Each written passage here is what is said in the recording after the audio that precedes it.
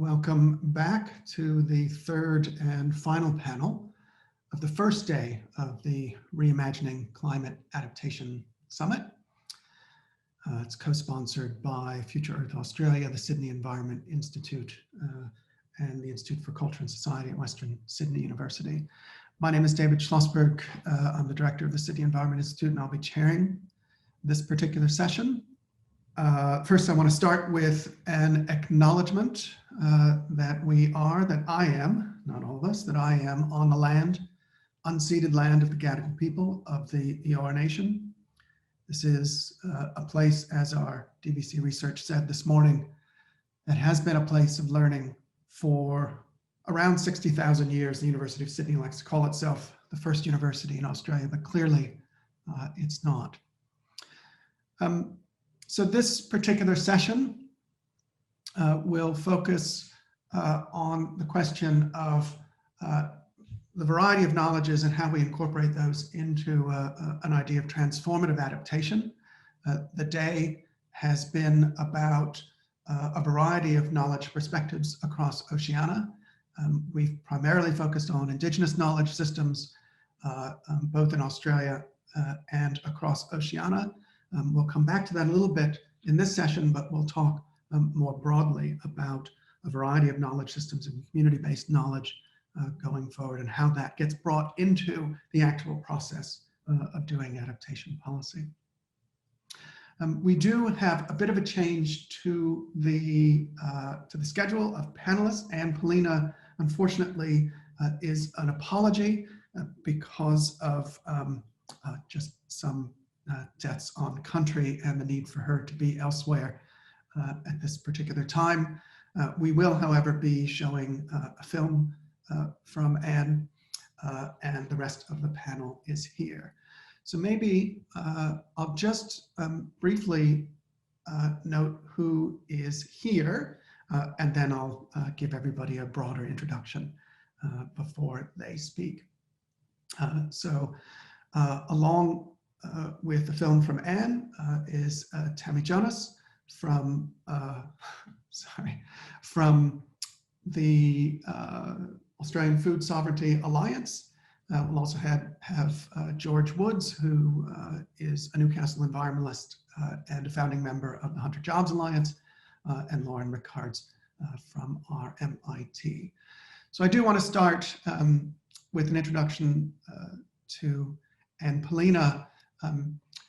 She's in the Aquino Warra traditional custodian for Mardawarra, the lower Fitzroy River in Western Australia. She's an adjunct professor and senior research fellow at the University of Notre Dame. Dr. Polina has worked on issues of environmental and cultural protection of the Kimberley in Western Australia for a very long time. She's a managing director of the Indigenous not-for-profit organization Majula, and she's the current chair of the Mardawarra Fitzroy River Council.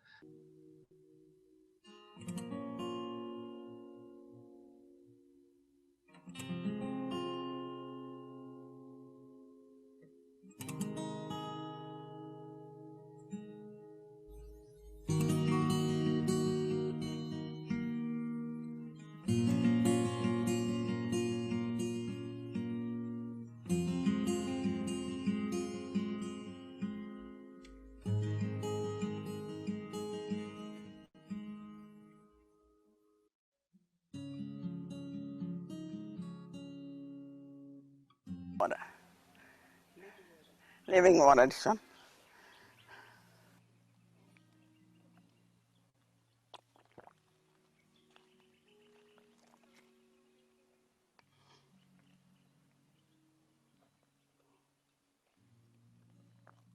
Living water, this one. You never finish it, this water. Living water, this one. We want them. You can grow along this water. Maduara, Maduara, Yanai, Maduara, Maduara. Linjir Bangai, Linjir Bangai, no, Linjir Bangai, Linjir Bangai, no, Maduara, Maduara, Yanai, Maduara, Maduara. We sing that story about this river, you know. My favorite story, when people ask me, I always sing this song, Maduara. It's very important to me, this river. I will love it river, you know. How can Kapman gonna try to take over the river? Kapman didn't born in this river. We born in alongside of the river. You know, we should be the one that on the river, not Kapman. It's law. We got a law too, you know, and the river got the law. The river is very important for us. You know, river got the meaning, river got the story, river got the songs. We want to protect our river. And river is it's like a mother, you know. Some Jila connect to a river, and they got a story underground, and come to the river, or story from the river, go to the Jila or Ungur. They're all connected, and that's very important for our river, and I want to support this river. Motor is very important to me, to everybody, everything as broken heart for Fitzroy River. Not only Nyigana people, the Motor is 100 kilometers away, way out to other tributary territory of other languages, Aborigine people that worry about Fitzroy River doing, you know? There's a long history for our people that lived along the Fitzroy River for many hundreds and thousands of years, and we're still there. From back then, we're still here now. You know, we're still living at the river, near the river. As much as we live near the river, we actually love that place, and there's nothing there that's gonna remove us from that place. It's just been there for us, that belonged for us. Yeah. I was born here in Fitzroy, so this river means a lot to some of us, especially the youth these days. The river is the main thing about this town. It's an everyday thing for everyone here. We go out with our families, and our grandmother still teaches us stuff about the river, water, fishes, the surrounding areas, floodplains. Today we still carry that knowledge, and the way we gather, eat, cook and hunt for food is important because it gives us present of what today is about for indigenous people, you know. You just feel free at the river. Nothing to worry about. I'll try and get down as much as I can. Me and the cousins will go out nearly every day after work on the boat and just even have dinner down at the river. Just to be at the river, I think. And you just take all the worries off your shoulders, you know, and it's a place to, I think, healing and, you know, just bring you back down to earth and not worrying about anything else in town, and you just feel free at the river. The river always been there, and the river need to be there. You know, it's not only just a big river with trees, birds, and animals and plants. There's also a spiritual feel to that place, and the spiritual feels are like it's very subtle, very calm and relaxed, and it's a place where it gives you something, give you a peace of mind on, you know, the presence of that place that has an energy that, you know, that can actually charge you up and restore things within your lian. It's a healing point. It's somewhere to be when you need somewhere positive.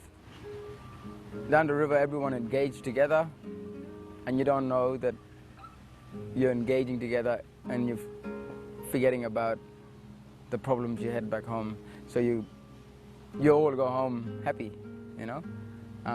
But it's also been there for us to have something and somewhere to be. And because of the river, many generations survived on the land, you know. The river is healthy mentally, socially, and emotionally, you know.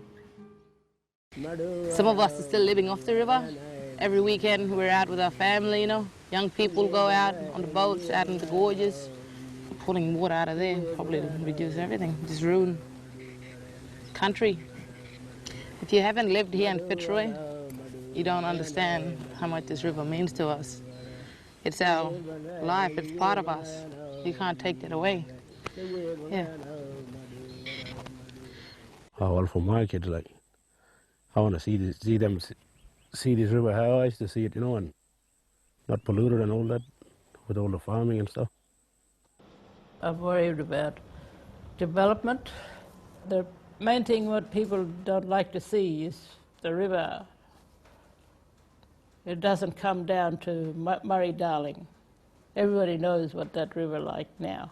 Well, the trees dying, the fish dying, and that'll happen to our river.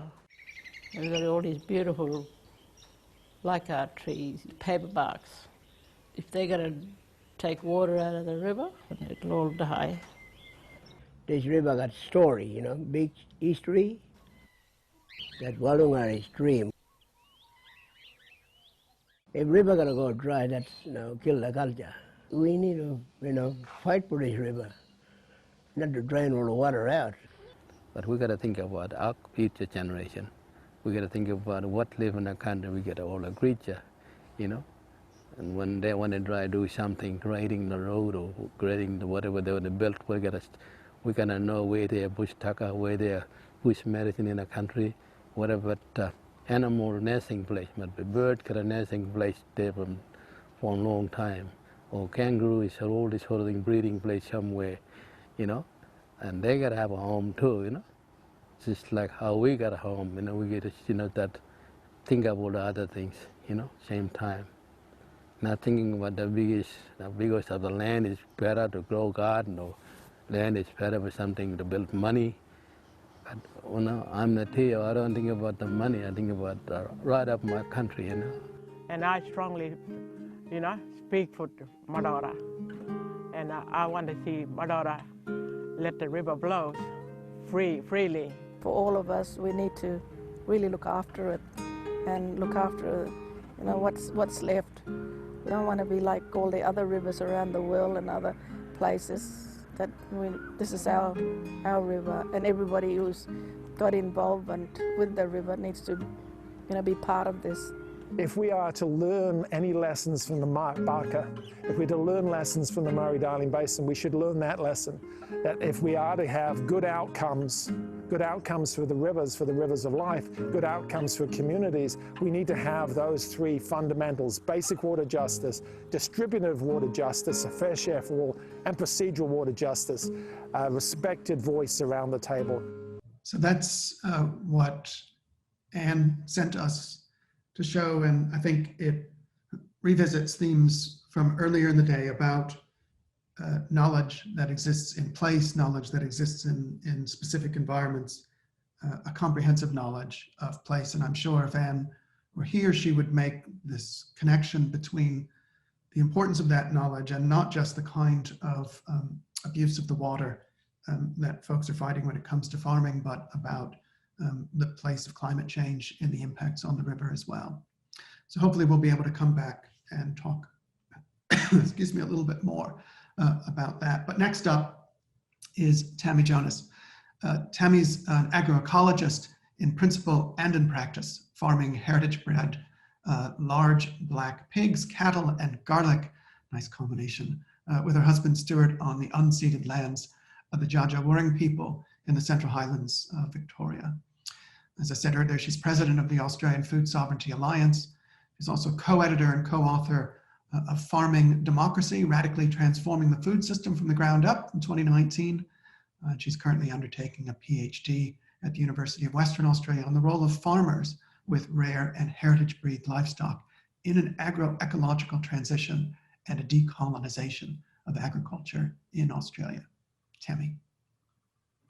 Thanks, David. It's great to be here. So I'd like to acknowledge that I'm joining you today from the unceded lands of the Jaja-Wuring, and pay my respects to the elders past, present, and emerging, and also pay my respects to any Aboriginal or Torres Strait Islanders present today.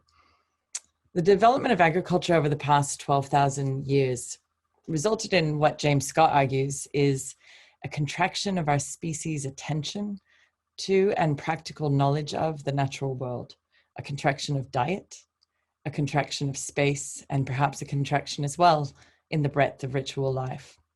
As a farmer myself, I know it doesn't have to be like this. Industrial agriculture, though, has systematized human dominance of nature with devastating consequences, including the sixth mass extinction in 4.6 billion years, and its contribution to climate change is extremely well documented. But I want to quickly note that food and fiber production, processing, and distribution take place across both what are sometimes called the short carbon cycle and the fossil carbon cycle. And while I'm going to present a number of examples of good work being done using place-based approaches of farmers, I have to acknowledge that while we work to sequester soil and carbon and trees, the best agroecological farming in the world can't cope with the levels of emissions released by fossil fuel extraction. While most of you have probably heard of regenerative agriculture, agroecology is much lesser known or understood in Australia. It's a science, a set of practices, and a social movement that fosters the democratic participation of farmers in the food system. So I mentioned the distinction to show that agroecological and regenerative farmers are all working, I believe, to recuperate ecosystems that have suffered centuries of colonial damage, but to highlight that the agroecology movement is underpinned by notions of social and economic justice as well, putting solidarity with First Peoples first, and solidarity economies that reject corporate power and capitalism next. Indigenous knowledges scholar Tyson Yunkaporta of the Appalachian Clan of Far North Queensland says that we rarely see global sustainability issues addressed using Indigenous perspectives and knowledges. He reckons it's always about the what and never about the how. So I see that there's a growing custodial ethic amongst agroecological and regenerative farmers in Australia, stemming from place-based understandings of country, reactions to climate change and loss of biodiversity, and an increasing willingness to grapple with what it means to hold title to the unceded lands of First Peoples while working out local ways to pay the rent.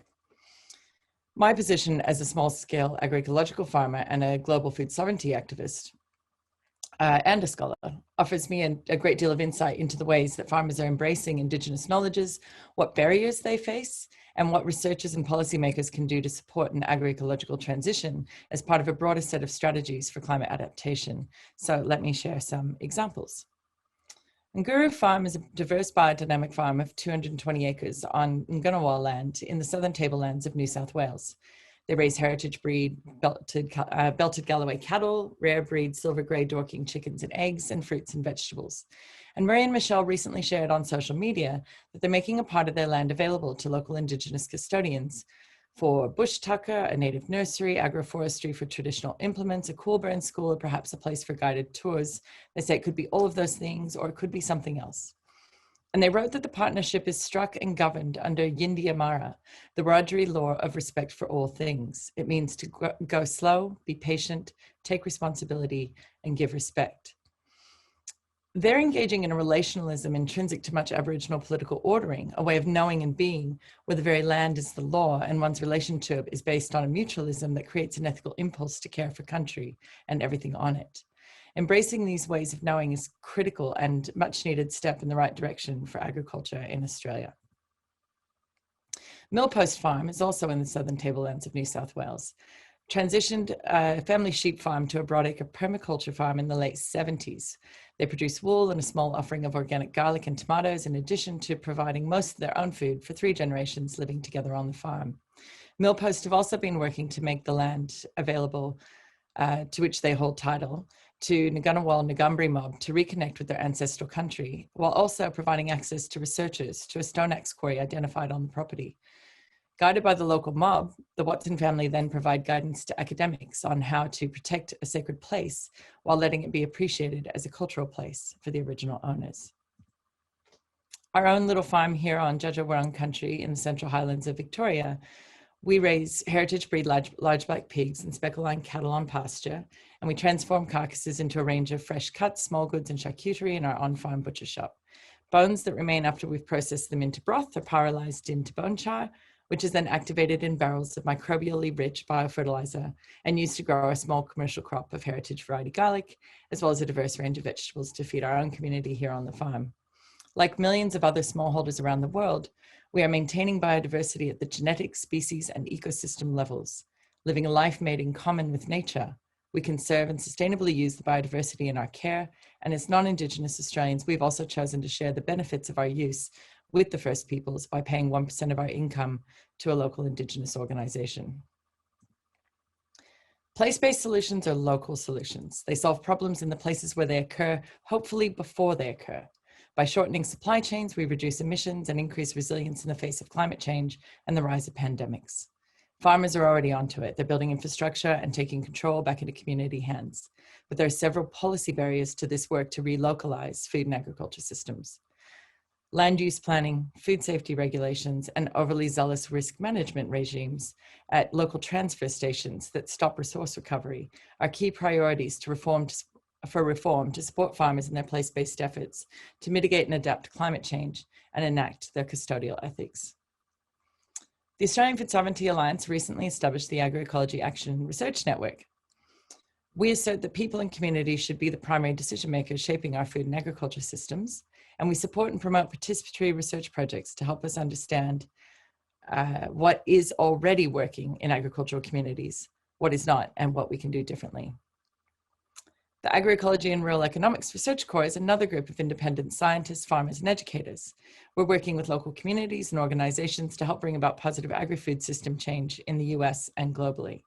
Some of our initiatives include the Pandemic Research for the People, or PrEP, which has a number of recent dispatches on agriculture, COVID, and agroecology, and a very recent one on colonial notions of the very idea of land and land use change.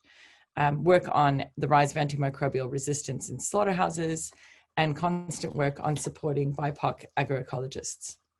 I could share heaps more examples of farmers and communities doing critical work to care for country, draw down carbon, and collectively organize against corporate power in the food system that continues to erode the health and well-being of land and communities everywhere. So if you all just make a note now to join the Australian Food Sovereignty Alliance at the end of today's session, you'll have the chance to learn all about those other examples.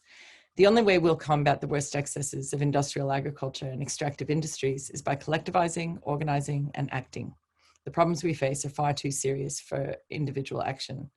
AFSA would be delighted if every person here added your name and your voice to the collective fight for a world where everyone has access to nutritious and culturally appropriate food grown and distributed in ethical and ecologically sound ways, and the right to democratically determine our own food systems.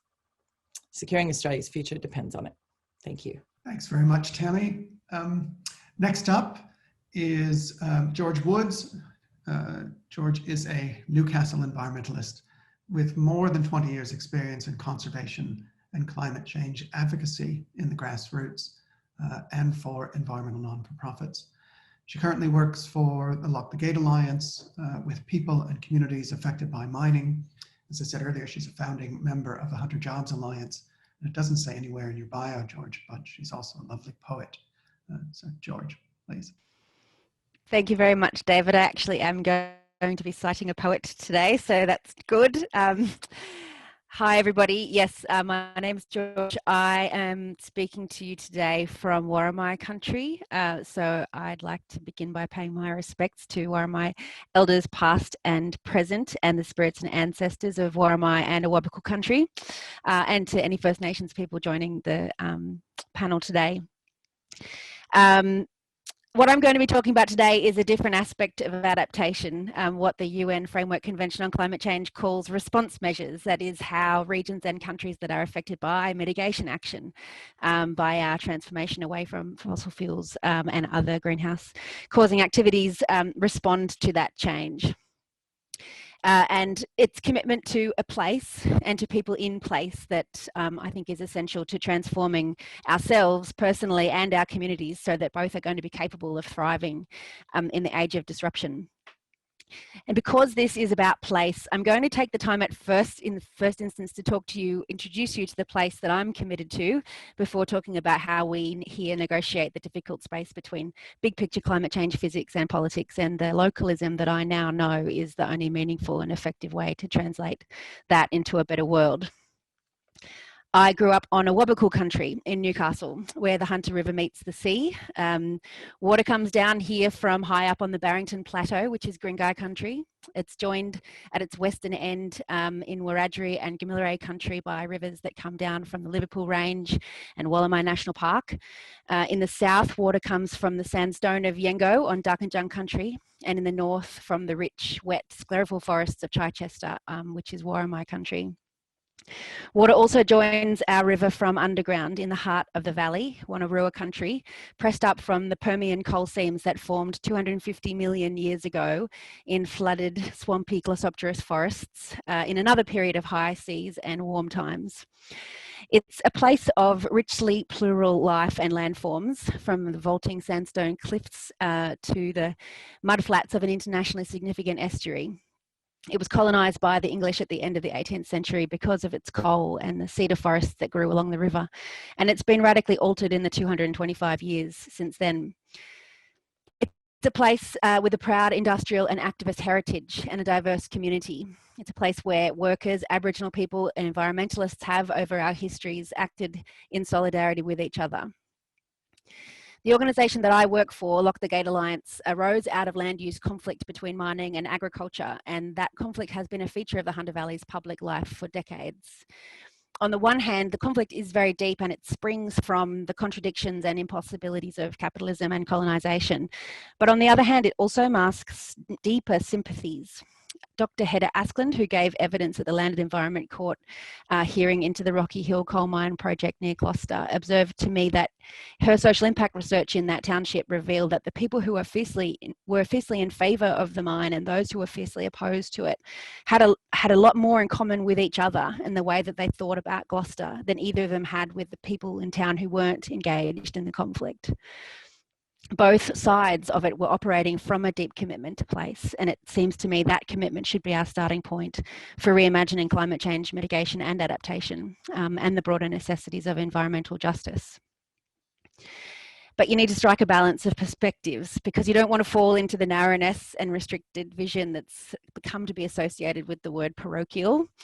And it's true that sometimes when I'm arguing with environmentalists and politicians and public servants about the Hunter, I do feel parochialism flexing inside me. I feel myself getting defensive. I feel a little bit like the Clermont publican in central Queensland who turned away the Stop Adani protesters. And that's really because the Hunter suffers from generalisations, many of which originate from outsiders who take little trouble to understand the region's history, environment, culture and social dynamics. So I have an example. Just last week, the Labor Party announced its candidate for the forthcoming by-election in the state seat of Upper Hunter. His name's Jeff Drayton, and he's a coal miner. He's president of the Mining and Energy, vice president of the Mining and Energy Union division here. Because he's a coal miner, some people, when they saw the news, roll their eyes, call him pro-coal, and criticise the party for pre-selecting him. And that reaction maybe is understandable, but it's part of the really big obstacle in the path of what such people claim they want, which is effective action on climate change. I don't know him personally, but I do know that he knows a lot more about the Hunter's mining industry than I do. And I know a lot more about it than possibly any other environmentalist I know. He knows about mining rehabilitation and workforce casualisation. He knows the cultural, social and economic lives of the Hunter's coal miners and the community that he grew up in. He knows, and he told the press, that coal miners aren't welded onto the industry. They want opportunity, pride and community like everybody else, and a livable environment. He has knowledge that climate change advocates need, because coal miners exist. Their realities can't be wished away or debated away any more than climate change can. That's the heart, I think, of the failing that taking a macro and abstract approach to climate change, seeing it solely in terms of physics and technology instead of being about people and culture, creates. If you look at the whole country and you see that only 2% of the Australian workforce works in coal mining, you could conclude that coal mining isn't at all important. But if you do that, you're missing out on knowledge that's grounded in a material appreciation of the place itself, its past, present and future. Because despite the antisocial hours demanded by the mining industry, the shift to precarious contracts, the high injury rate that often goes undercompensated, the air pollution that everyone knows is affecting people's health, the way this country has conducted its debate about climate change has prompted many people in the region who work in and around the industry to grip harder to it. It's allowed multinational mining companies to win stronger allegiance from some people in the valley. I think that pattern has something to do with the locus of where decisions are made. It's not people in the Hunter who control when and where and how much coal we mine. Like most problems associated with climate change, the web of decision making is quite obscure to most people. Neither protesters nor coal miners can get access to it or get a grip on it. A little bit over a year ago, the New South Wales government approved an application to expand the open cut mine that's closest to Singleton, which is one of our big population centres in the Hunter. The mine's called Rickards Creek. The local television station asked people on the streets what they thought about that, and a woman in high-vis gear said, "We wouldn't survive without the mines." For 20 years, this region has been deepening its dependence on the coal industry, but it still feels precarious. It still stirs conflict every year over lost farmland and homes and bushland. So we want to ask what it would mean to stop surviving and create a regional economy that doesn't demand the sacrifice of land and water and people's well-being. The survival of many other people, like the Pacific people you heard from earlier, hangs on dramatically reducing the use of coal. I know this. I've seen charts showing what needs to happen to coal use if we're going to meet the Paris Climate Agreement goals. They seem impossible to reconcile with the small picture here. 50 years ago, the poet Judith Wright wrote this: "The real problem is not just that of achieving a whole new attitude of responsibility, but of seeing this as possible or even desirable. We're much more conscious of the possibility of total destruction than of its opposite, the acceptance of a new kind of creative relationship." Transforming Australia's largest thermal coal region requires vision, compromise, and cooperation. That's what we need here in the Hunter if we're going to tackle climate change and adapt to its extreme weather and disrupted life systems, and provide jobs and opportunities for the Hunter's 8,000 coal miners, restore the land, honour the river, give Wanneroo people back access to rights to country. So that's why I'm part of the Hunter Jobs Alliance. It's an alliance between unions and environmental groups that begins with the common ground of our commitment to people in place to dismantle the conflict that's hurting all of us. I am already changed by being part of it, and we're going to be working right between the rock and the hard place where the big picture meets the small, winning back local autonomy and decision making, working through the complexities of small pictures like how to run an aluminium smelter on renewable energy and how to draw people out of fear and into a new kind of creative relationship. The Hunter is a focal point for Australia's contribution to climate change because it's the country's largest thermal coal region, and if we can transform our fractured politics and let the region in turn adapt and transform itself, it will be a tale told for generations to come. Thanks very much, George. That's just really fantastic. And one of the things you do there is you go back to what Bruce was talking about, Bruce Pascoe was talking about at the very beginning of the day, which is about the use, the value, the importance of cooperation, a very simple idea, cooperation.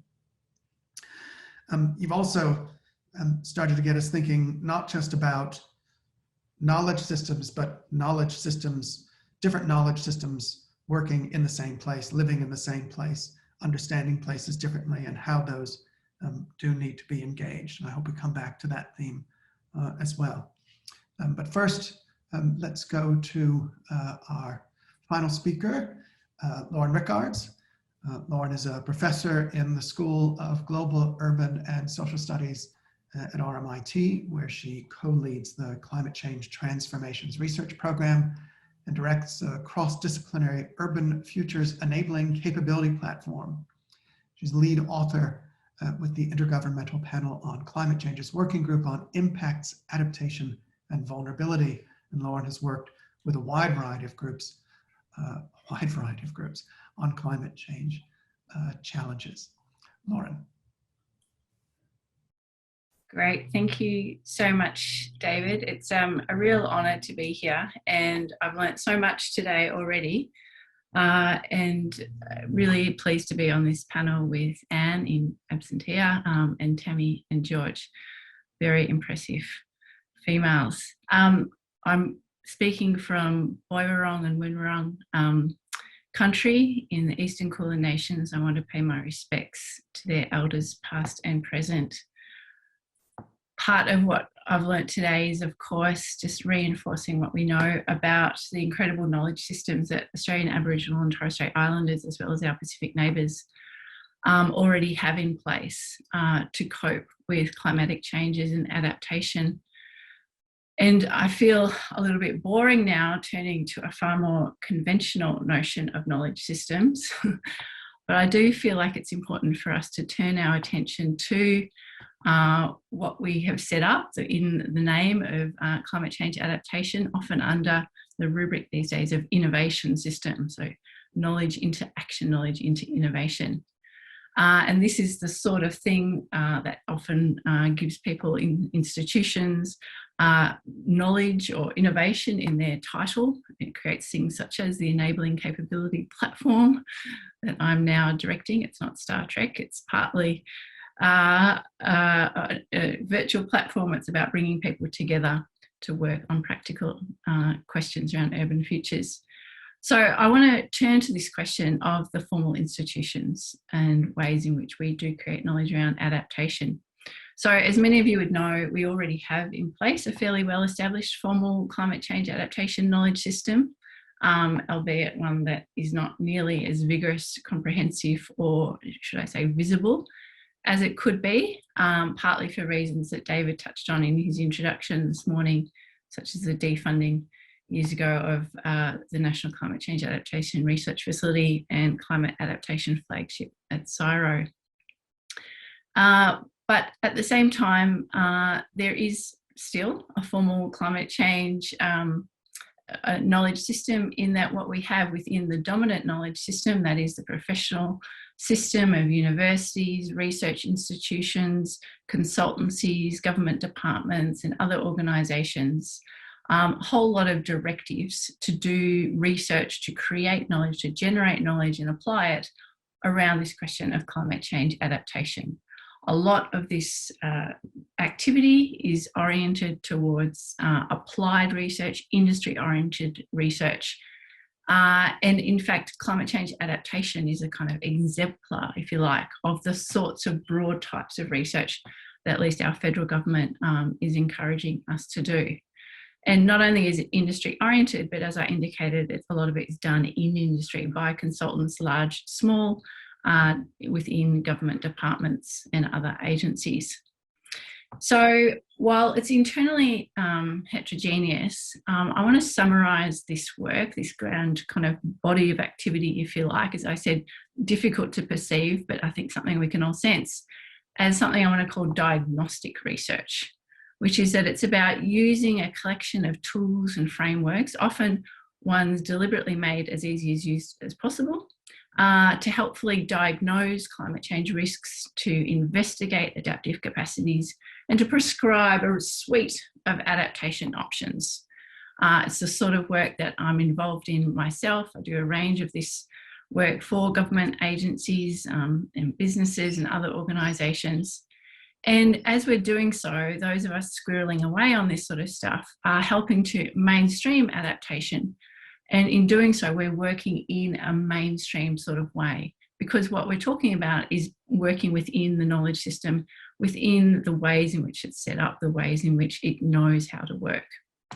So typical of this knowledge system, diagnostic research approaches climate change as complicated, but not too complex. We hear a little bit about the complexity, but generally speaking, it's about making climate change manageable. It's about improving stakeholders' decision-making around risk management and using information, using the knowledge we're generating as a tool, an enabler. Now, all this is well and good, and as I said, I'm very active in this space myself.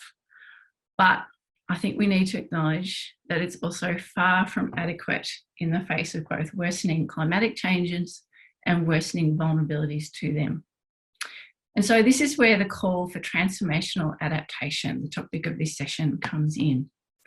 And importantly, we need to keep in mind that there are at least 3 different spheres of transformational adaptation we need, what Karen O'Brien and colleagues refer to as the personal, the practical, the personal, and the political. And I want to go through each of those and talk about the implications for our knowledge systems. So focusing first of all on this sphere of practical change, practical transformation. So in terms of the knowledge system I've just described, this is about working with that diagnostic research. It's about improving the effectiveness, the efficiency, and the reach of adaptation. It's in particular about scaling out. So achieving transformation through reach, making sure that climate risk management is streamlined, that climate adaptation planning reaches within and across organisations and sectors and starts to work towards what we know we need is a far more integrated and coordinated approach. In recognition, of course, that the system that we're building here is only as strong as its weakest part. So again, we get to the limits of the diagnostic research approach that we've set up, because scaling out is not going to achieve the sort of transformational adaptation we actually need. We need to move into the second sphere of transformational change that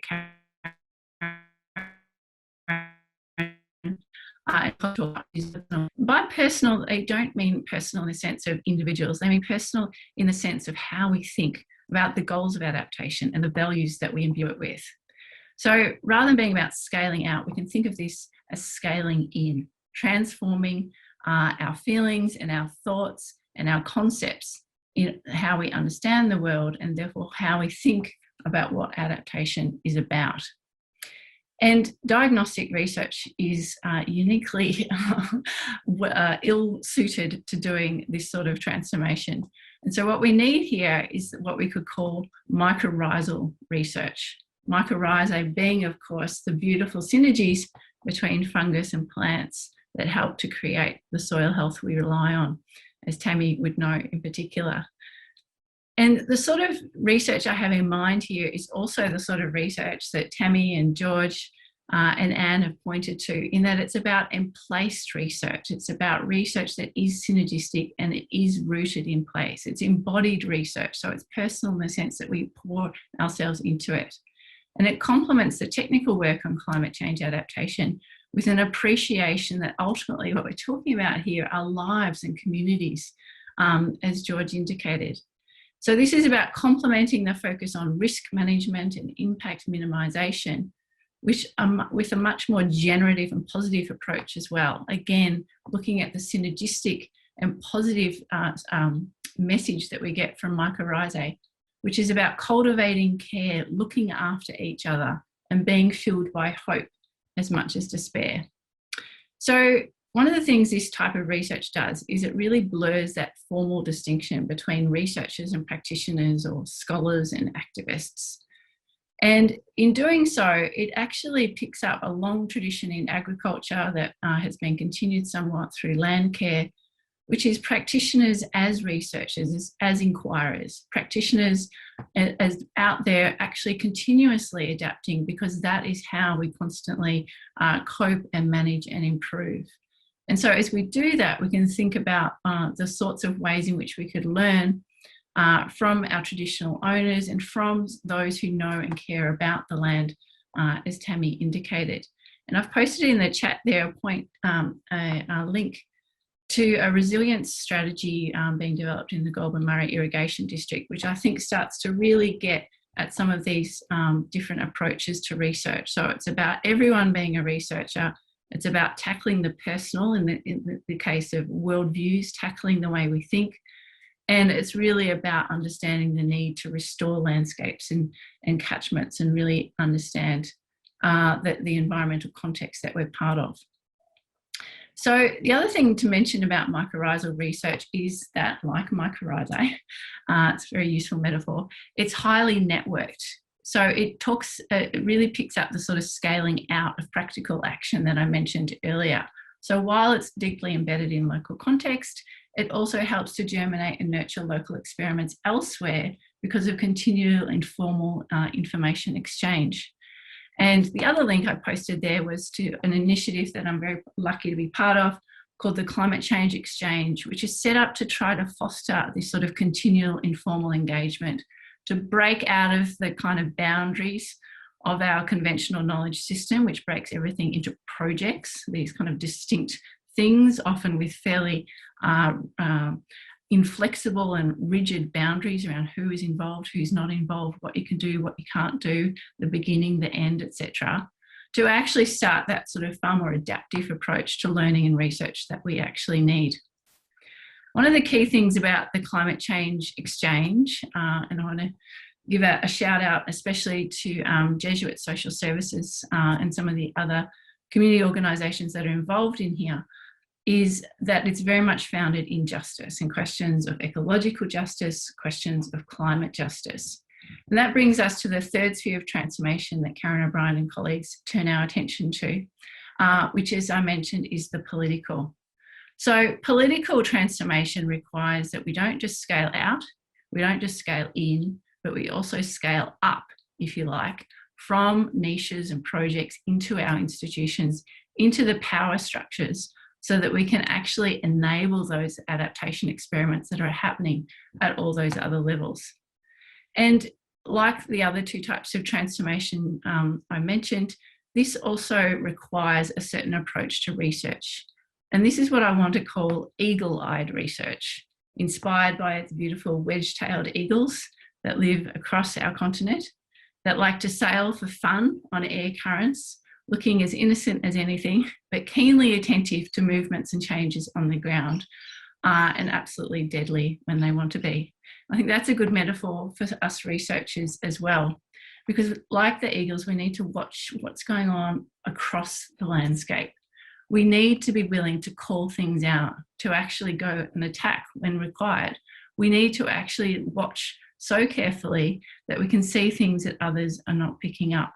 So as everyone is busy working in their own areas, working on adaptation, we have to have people that are also watching for the slow changes, watching beyond the spectacular. And when we look like that, then of course we're going to see not just climatic changes, including those slow trends, but we're also going to see the devastation of ecological degradation. We're going to see the ongoing atrocities of settler colonialism that point out that it's far more than a matter of mere knowledge systems when it comes to Australian Aboriginal and Torres Strait Islanders that we need to sort out. And we'll also see all the other forms of violence and neglect that are generating vulnerability to climate change, independent of whatever those climatic changes end up being. And so what we need to be doing is to understand that the political transformation and the eagle-eyed research that I'm talking about can't just be added onto our existing systems, including our existing knowledge systems, but they actually require that we change them from within. So this is where we have to start asking hard questions about the diagnostic research that's proliferating that people like I are busy with. We have to start injecting into it more of a vulnerability approach, more of a justice ethic, more of a sovereignty commitment. And by doing that, we'll be able to not just address climatic risks, but also root vulnerabilities. And by that, we'll also be able to generate the sorts of positive pathways that mycorrhizal research points to. And so this is about addressing the administrative separation that we've become so accustomed to between adaptation and mitigation, and pointing to the shared need to tackle their shared enemies, if you like, and their shared engagement with environmental injustices. And as we do this and we set out to achieve transformational adaptation in the practical, in the personal and the political spheres, and we bolster our diagnostic research, but also mycorrhizal and eagle-eyed research, then I feel like we'll finally start to get the kind of momentum that we need on adaptation in Australia and elsewhere. Thank you. Absolutely fantastic, Lauren, as always. I have a quick response to that, but before, folks in the audience, if you have questions, I don't see any in the Q&A yet. I would be shocked if the 98 people who are watching this have no questions. So please do start to load. There's one. Load your questions in the Q&A. I'll come back to those in a minute. Lauren, just to, what you're saying resonates so much. One of the most incredible experiences that I've had in adaptation research was at a community engagement process that we put together for the city of Sydney. And you had the consultants for the city presenting their risk assessment, what was going to happen, this is what it, and asking the community to respond to that and, that risk assessment. And the immediate response was, especially to just, putting up one map of heat in the city was, it's not about risk, it's about vulnerability. You can't just say the city's going to be hotter, right? Some people can deal with that. They just flick on their air conditioning. Other people can't, and it's those folks. And it was just that reality in the community of thinking about vulnerability as opposed to the way that we often as researchers think about the risk of climate change. That was really eye-opening. And I think not only eye-opening for the researchers, but for folks with the city and for the risk assessors of one of the big four as well. So, and you don't get that if you don't go to the community. You don't get that unless you engage that knowledge. So that's just a really nice observation, a nice way to sort of try and bring things together. So I want to just pose a question to everyone before opening the Q&A to the audience. We've got about 20 more minutes. So I guess the main question here is, that's great, Lauren. That's a great sort of ideal for a new form of adaptation. And Tammi and George, absolutely crucial examples of the value and the depth of a variety of local knowledges. But what is the challenge, right? What's the challenge to bringing that in and to generating and applying much more transformational ways of understanding and doing adaptation? How do we actually move into the reality of the knowledge, from the reality of the knowledge and the reality that the current way of thinking about adaptation is limited, to doing this kind of transformational planning to deal with the realities that we know are here and the realities that we know are coming? Who would like to take that one first? I'm happy to have a stab. Tammi. I mean, I think as George and I both showed, some of the transformations are happening, but then they're running into particular barriers. And for me, the state is the biggest barrier, and the state's influence by corporate powers is a major part of that.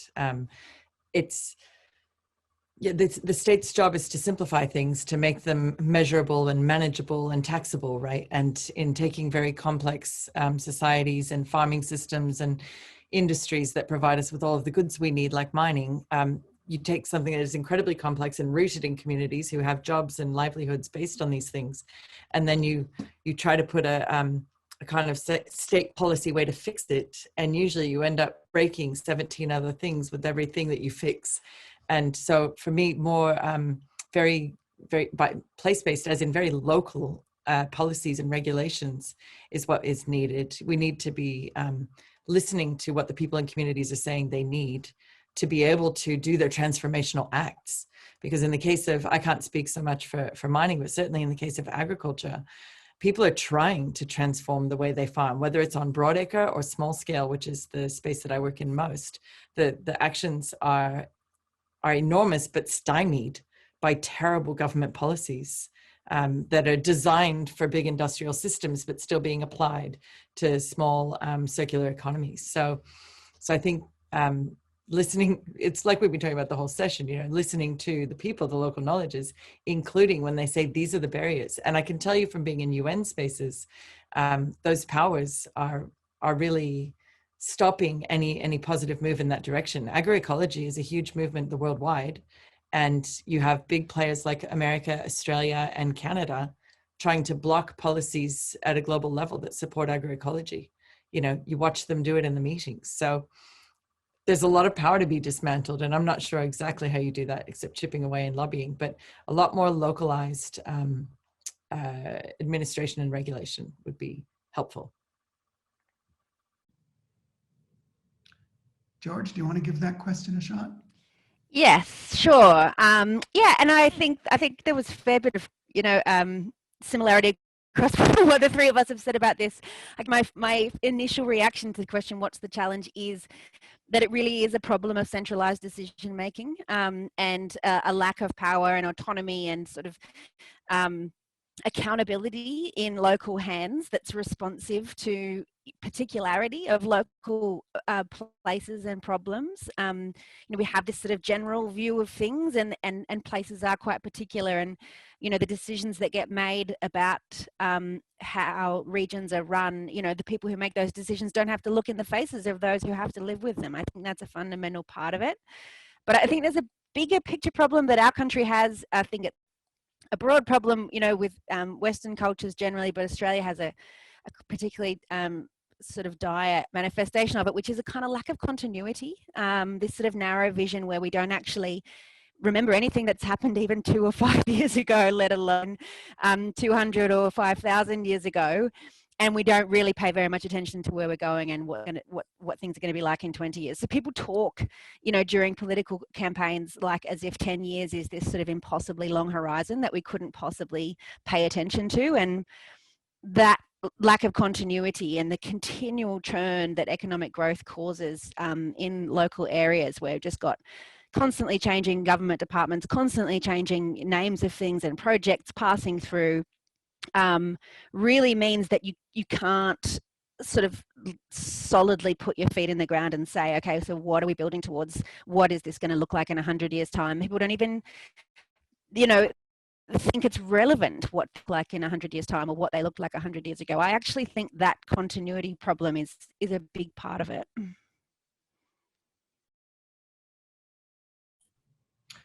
Lauren, do you want to take a shot at that as well? Yeah, well, just to build on that, I mean, I think George has hit on a key characteristic of our existing systems, including the knowledge systems I was talking about. And I really do feel this kind of obsession with everything being broken into projects is partly to blame. And as a researcher, it gives me incredible indigestion. Just constantly be starting, shutting down, you know, not to mention the crazy administrative angle of it.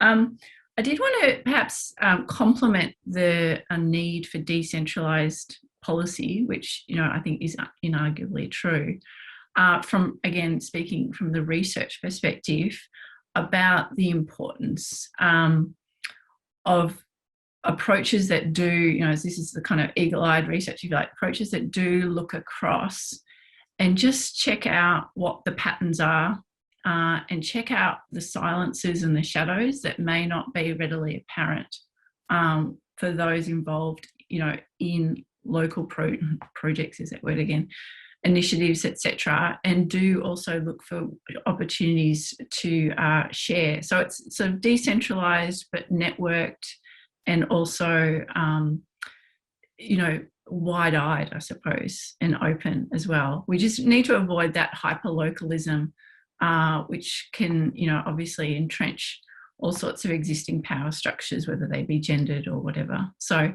you know, the same old. We just need to avoid that. So I'm going to go to the audience questions now. And one is to George, and it's actually one that I was going to ask as well, because it really begins again with what Bruce Pascoe suggested this morning, where he said, have a go at cooperation. And you also mentioned cooperation and collaboration. And the question is about how you successfully compromise with the citizen and the hunter who's been dependent on coal mining. Either to, you know, to switch their work into renewables, or just to get some sort of successful compromise. So what's the process there on the ground? And then I want to turn around and come back to a question that Mark Stafford Smith has made about what's the process, what would you ask for at the top? Yes, thanks. The question. So I guess I would just begin by saying, really, it's not really about how to talk to people, because there's just been so much talk, and you really can't replace a livelihood with, you know, a promise that has no practical manifestation. And I guess the second thing to say is that, you know, being part of the 100 Jobs Alliance is my recognition that I'm not the person to do that kind of talking. There's just a fundamental failure of credibility when it comes to environmentalists making vague promises about renewable energy. What we, have discovered and, work that we've commissioned in this area over the last few years is that, there really isn't in renewable energy electricity generation the same, number of jobs that are currently in this region dedicated to mining for coal. Like there are a lot of people who work in that industry, and so it does need to be a lot broader, like a broader regional development program. And a lot of the jobs in coal are in earth moving, and not there are a bunch of jobs in electricity and transferable to the renewable energy sector, but it might be much more about logistics and, creating a container terminal in Newcastle Port so people, can transfer over into jobs that have those skills that they already have. And I guess what we really focused on in the Hunter Jobs Alliance is not so much making the case to people who work in the industry that, it will be okay, but to actually just be advocates for attracting investment in those labour intensive new jobs that just to show that just so that things can actually start happening. Because that really is the barrier. I mean, there's been plenty of academic papers that have said, yes, we can do this, we can create jobs, we can create electricity, but the sort of immovable object that is the sort of labour market domination of the mining industry in the Hunter really means that none of that is terribly reliable when you have to continue paying your mortgage or whatever it is you're doing. So we just really want to get government funding in to build things, and then it will start to flow, like just to really unblock a lot of it. I hope that's to the point for the question. Yeah, it is. And it actually gets to the next question. This is from Mark Stafford Smith about the state as a barrier. So going from that sort of community question up to the state, and we can talk about states or feds here, but if there was a single specific policy action a federal bureaucrat should encourage the states or the federal government to take, what would that be? Right? What's the big single kind of answer there? And I guess that's related to another question from Alice, who says, as a consultant, she's been working with the New South Wales government on place-based delivery of their initiatives. Would love to hear some reflections on government's ability to transform in the timescales we need. This is about bureaucracy, it's about silos, it's about the lack of ability to think systemically. So I guess the question there is how realistic is transformation? So there's what's the big ask, and how realistic is that given a bureaucracy that we have? So it's two really state-based questions. So maybe start with George.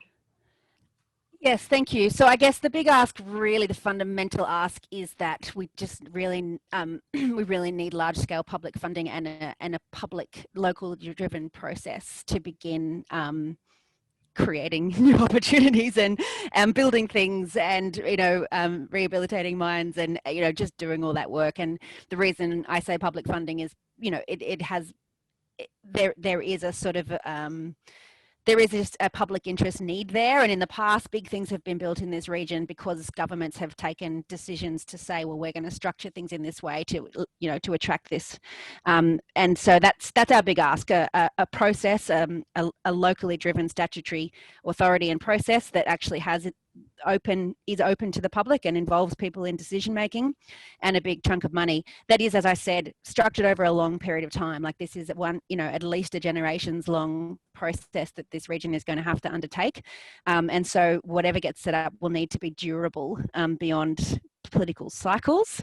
And I guess in terms of the New South Wales government, I mean, in my 20 years as an environmentalist, I have observed the New South Wales public service becoming much more centralised in Sydney. It used to be much more distributed. There were people in the regions who were responsible for decision making about river management and vegetation management and catchment stuff and various things, and that has really contracted a lot in the last 20 years or so. And I think that has been to the detriment of wise decision making and also visibility of local people about how government interacts with natural resource management. So how realistic versus idealistic is the idea of transformation? I guess it's as much as you want it to be. I mean, I was talking to a friend earlier today, and I just do think that all of us need to, as Judith Wright says, like just keep open the possibility that transformation is possible, because it is becoming so easy for us to just imagine how terrible everything is going to become. But the only way to not do that is just to find every avenue you can to create it in a different manner.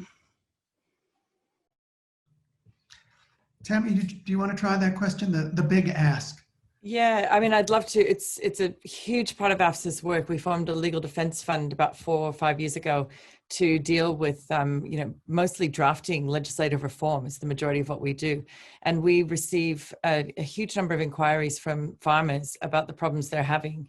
And it's almost always land use. It's planning laws that are not appropriate to the scale of their operations. And those laws that are set up to protect us from the things that are not very traceable or can't be seen by the public are being applied to systems where you have these direct relationships between farmers and the people who eat their food, and indiscriminately, and it's expensive, and sometimes you're just told you're not allowed to do things. You're not meant to grow food on less than 40 hectares, and almost all our members have less than 40 hectares. So, and you can't build a house on less than 40 hectares. And the Shire next to me has just announced you're not going to be allowed to build a house on one over 40 hectares in the farming zone. So now we've decided we can't live on farms anymore in that Shire, which is just madness. So I would say for any bureaucrat, there are other legal issues I could point to, but for any of them, I would say applying a like a scale appropriate eye across all the land use planning legislation, because most of it is inappropriate to scale. It's been designed for a system that is not the one that's now trying to be built as a new way forward. So, and don't just cast your own eye. Get some farmer representatives in there, because we can point you directly to the problems. And actually, I'll just finish with, I mean, on that, the loss of abattoirs and grain mills and dairy processing facilities and boning rooms and commercial kitchens across the country, and the centralization of power into, fewer and fewer of those, and then the demise of them as the economics of these things are falling over anyway, is a disaster. And the UK recently released a report on small-scale abattoirs, and their recommendation is, instead of calling a very small-scale abattoir an abattoir, put it under rural industry, which is a scheduled use in agriculture, as long as it's under a certain number of animals per year. Just let it be part of the normal rural industry, because that's what a farm is and does. Quit treating it as though it's a place that processes 4,000 pigs a day, because that's not what the people like our members are trying to do. So yeah, I think look at scale and land use planning would be my big ticket item. Lauren, do you want to answer that one? Well, I mean, I was actually reflecting also on the second question you posed from Alice about the ability of government to transform in the timescales needed. And one thing that comes to mind, I mean, I don't have the answer clearly, but one thing that does come to mind is that it's not like this transformation is the first one that the government or society has ever had to do. In fact, some of the churn and the amnesia that we suffer as a society that George pointed towards is because we're in this continual state of change. In the agricultural system, it's called structural adjustment, and it's completely normalized and naturalized, even though it's incredibly fast and violent in a lot of ways. So maybe if we stopped some of those existing processes that are, and started to think about what the positive transformations, we may have more capacity to do that. One of the really important things I think that we've learnt about mitigation that we increasingly have to understand in the adaptation space, which picks up Tammi's vital points about perverse policies, is that it's about dismantling as much as mantling, if that's a verb. That, we have so many things that we actually have to kind of put aside and to stop functioning in order to be able to allow the more positive things to create and to be happening. We need to do that in a way that's got a huge focus on justice and on costs and risks and those distributions, but we do need to do that. And you know, it would be good when we finally get to the point of discussing far more adaptation transitions and actually start putting those together, the transition stories together, the adaptation, the mitigation stories together. So it doesn't answer whether or not we're going to make it, but I do think we have more chance if we actually start to work on removing all of those things in our way. Lauren, while I've got you, I'm going to ask you one more question, and this will probably be the last one before I try and do some sort of wrap up of the day. But it's the second most popular question here, and it's about the specific professional role for this eagle-eyed researcher. Is that a task for us? Because there are a lot of researchers here, right? I mean, this is part of what this is about informing the research community, the adaptation research community, thinking about changes in the way that we all as adaptation researchers do that research. And I think that's a brilliant idea, that eagle-eyed research. But how do we do that? And do we do it alongside of the hyper-focused work, which all of us do, because that's the kind of stuff that gets funded? I mean, it's really tough to get an eagle-eye project funded. It's too broad, it's too big. And so we're all doing these little finite things. So I guess what is that role? How do we design that role for that eagle-eyed research? Yeah. Yeah, no, it's an excellent question. And, you know, I think the answer is both. Like, there, you know, in terms of role, I think that, you know, implies that we want to strategize here and work out who's doing what sort of research, who's doing what sort of adaptation, and have a kind of pincer movement here where we kind of look at how do we do all of these sorts of things and coordinate that. So there is that sense of a role and what it may look like. I mean, yeah, so, you know, I can see Ross has suggested, you know, a trend analyst. So there'll be people, you know, in perhaps the private sector doing elements of this. Likewise, you know, to me, it resonates with what, you know, you used to see more of, the sort of public intellectual role. And I think one of the, you know, great things Bruce Pascoe has been able to do is to adopt some of that public intellectual role to talk about these big picture, slow burn issues that just simply don't get discussed in our kind of short-term media cycle and attention span. But at the same time, to think of it as kind of a role would be to fall into that trap of the sort of formalization and structural constraints that the existing conventional knowledge system kind of, you know, naturalizes us to think about, and to actually think of it as style of research and as something we need to do, I think is also incredibly important, no matter what we're doing. One of the things about it is sort of not just kind of watching for trends, but keeping that eye out for, you know, whose voice is not being heard, you know, what issues are in the shadows here, what have we forgotten, and just continually pushing ourselves to ask those difficult questions, not in order to paralyze ourselves, but in order to make sure that we're doing things as well as possible, realizing that there is no perfect way to do things, but we can at least try a fair bit harder than we are at present. And that is just, I think, a fantastic way to end this particular panel. I do want to thank Lauren and George and Tammi for just some amazing contributions, and Anne as well, and to Anne for reminding us exactly about that living knowledge in place with something as living and unliving at the same time as a river. And so I want to thank you all. I'm hesitating because I've been asked by my friends at Future Earth to try and wrap up the day in a few minutes, which is a really tough ask. But I think one of the things that we have learned today is to link up or to think about how we might use what we've learned to think creatively, to think imaginatively, to think about how we might design this sort of transformational national policy process, but also to think specifically about what that means for actual adaptation policy. There's going to be a lot more about this question in the next couple of days, how we bring these kinds of ideas and critiques and knowledge systems together. We've got a day tomorrow focused all on enabling action and how we design thriving futures. The final day is going to be specifically on doing adaptation at scale and with real world transition and transformation in mind. So we will continue these conversations that we've been having just now as we've wrapped up the day. But I do want to reiterate that the point of today really has been to get at questions about what knowledge counts.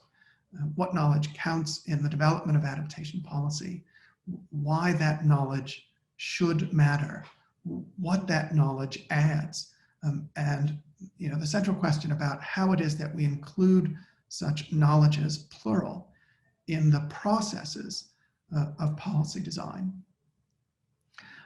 And I mentioned Mark Stafford Smith before. He's one of my colleagues in Future Earth, and Mark sent me this question earlier today where he says the issue seems to be about how we balance sort of empowered, local, cooperative, embodied, reflective local action with this wider, consistent philosophy or worldview or policy approach that sort of that can support in some way, but that doesn't constrain that local way of knowing. So how do we empower diverse local knowledge and actions that stem from that knowledge at the same time that we are trying to do this broader adaptation policy approach?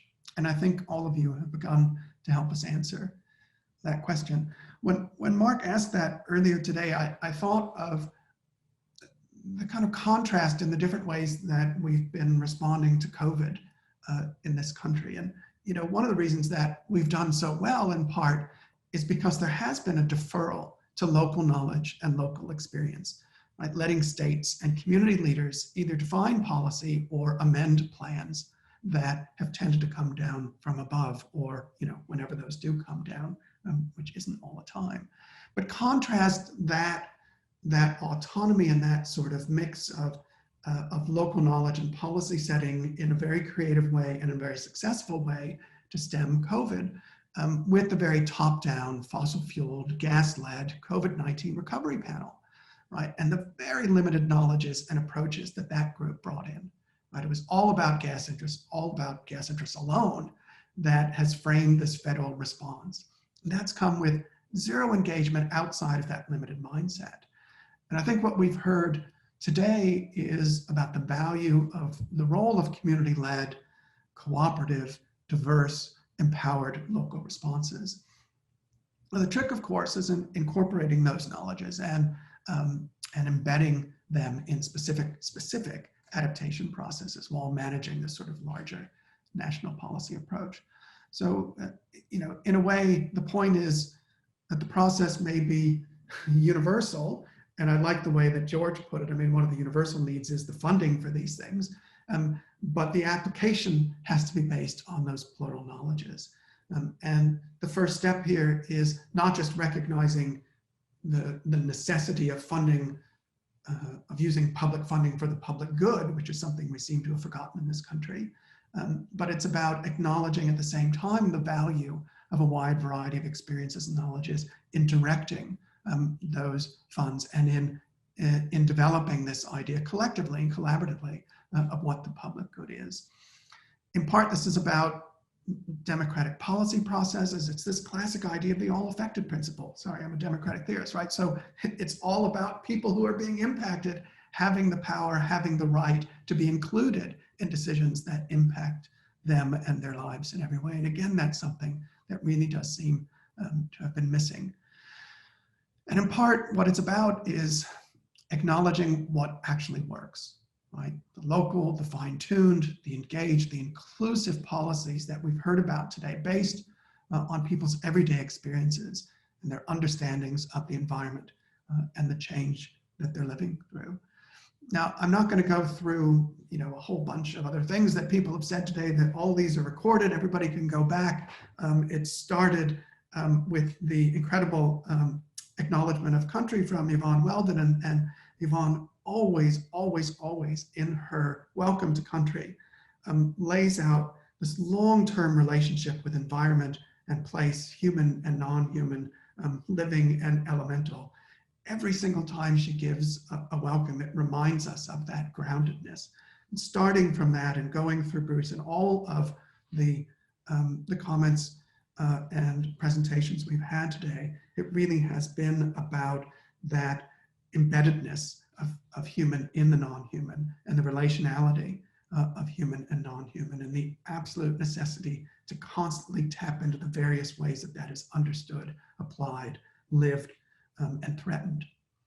And I think in closing, thanks Lauren for bringing someone like Karen O'Brien into the discussion, someone who we could never get to talk at this conference because it's, you know, whatever, the middle of the night there. But that idea of the practical, the personal, and the political, and the depth of those different levels and different ways of approaching adaptation in a transformational way, I think are absolutely crucial. I think that was a really nice way to wrap up the day. Again, it's just the first day. It's just the beginning. There are 2 more whole days of talks and reflections and thoughts about how we design different ways of moving forward on adaptation.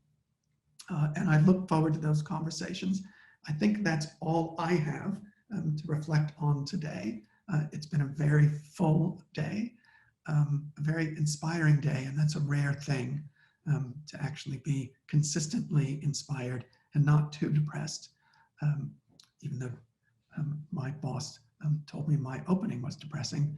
Hopefully this is more uplifting. See, that's the way the day should go. You start out down, you listen to people, you hear what's out there, you're inspired by it, and hopefully everyone else has as well. So that's it from me, from us for today.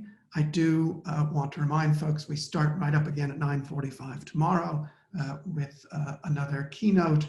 Tomorrow it is, who is on? Marcela Menacarosca, who is ex-environment minister from Chile. And then we've got a number of very pragmatic panels as well. So thanks everyone. That's it from us at the Sydney Environment Institute, Future Earth in Western Sydney. Thanks once more to the panel here, to George, to Lauren, to Tammi for a great way to end the day. So thanks everyone.